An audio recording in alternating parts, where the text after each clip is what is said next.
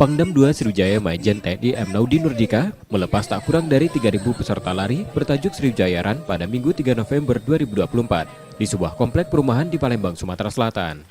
Event olahraga ini merupakan rangkaian terakhir dari perayaan HUT TNI ke-79 yang digelar Kodam 2 Sriwijaya. Antusiasme peserta yang tinggi ini menurut Pangdam 2 Sriwijaya sesuai harapan, karena TNI tak hanya memasyarakatkan olahraga, lebih dari itu ada komunikasi dan silaturahmi yang terjadi makin erat antar TNI dan masyarakat.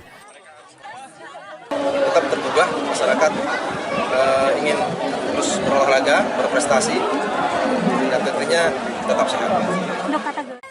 Untuk kategori 5 km tampil sebagai kampionnya adalah pelari andalan Sumsel Srimaya.